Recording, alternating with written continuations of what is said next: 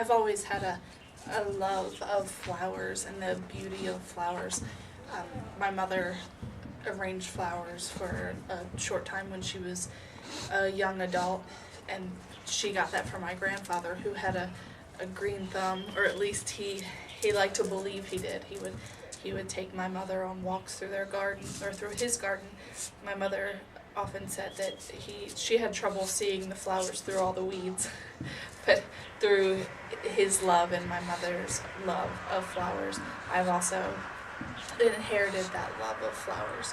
One of my most favorite places in the world is Pike Place Market in Seattle. In the spring and summertime, they bring in flowers and they line the walls of the market, and the bright, vibrant, beautiful colors and the smells of the flowers just fill the place and bring it to life. So when I moved to Japan a couple years ago, I noticed their flowers, they're everywhere, at least their style of flower arranging, which is ikebana. And I was drawn to it because of my love of flowers, but it is a little different, definitely a Japanese style. So I thought, I love flowers. It should be pretty simple to be able to try a hand at ikebana. But it's not exactly that simple. Ikebana is an art, and it has a rich history and traditions deep in the Japanese culture, and it's evident in each flower arrangement of ikebana. The history of ikebana is thought to have been started back in the 6th century here in Japan. Back when Buddhism was brought to Japan from China, there were Buddhist temples, and Buddhist priests lived near in the temples. And after storms, when branches or flowers had fallen off the trees, the Buddhist priests would collect these fallen leaves and stems and branches of flowers, and they would put them in water and take them to the temple to honor the god that they worshipped. And they put them in water to preserve the flowers and to let the flowers live a longer life. They believe that everything is part of the world and should be loved. So that when the branches had fallen off, that's what they were doing, was trying to love the branches and to give them a life as long as they could. The most famous Buddhist priest was Ono no Imoto. He lived in a lodge by the pond. The lodge was called Ike no Bo. He was the most famous priest at the time who practiced ikebana. And the oldest school of ikebana is also called Ike no Bo, and it's still an establishment. It's the oldest running school of ikebana in Kyoto today, and the owners or the founders now are thought to be descendants of Ono no Imoto.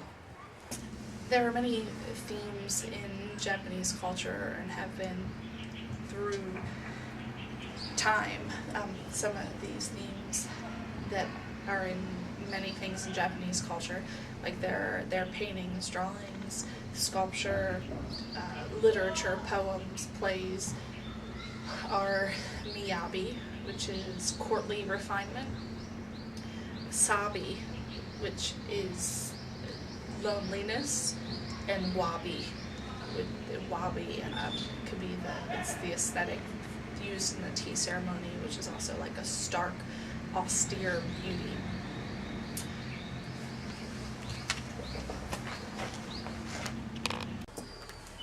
Ikebana is a true Japanese art with a rich history in Buddhism and Japanese culture. It is alive. Flowers are living life, and to arrange them and put them in a place, say in your house.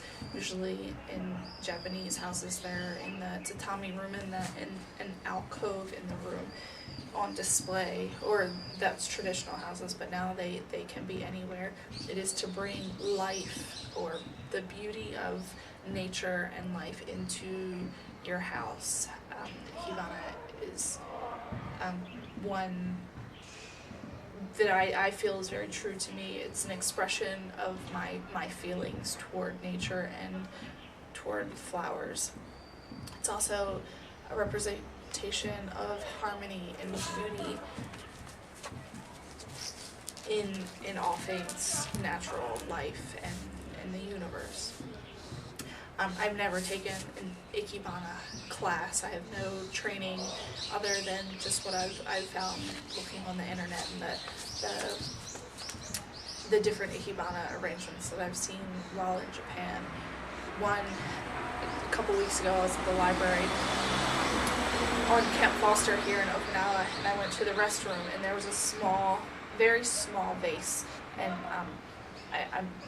I would assume that the janitor or keeper of the building had arranged a small arrangement of different flowers that grow everywhere here in Okinawa, and put them in a small vase on the counter in the bathroom at the library, and I thought it was a beautiful display of nature and of beauty and of Ikebana. And I have tried to do the same thing, is to represent nature and my love of flowers and the beauty in flowers by trying my hand at Ikebana. The following are several Ikebana arrangements that I have tried recently. I have a friend that was in mainland Japan, a native Okinawan that was visiting family in mainland Japan during the recent tragedy of the earthquake and the tsunami.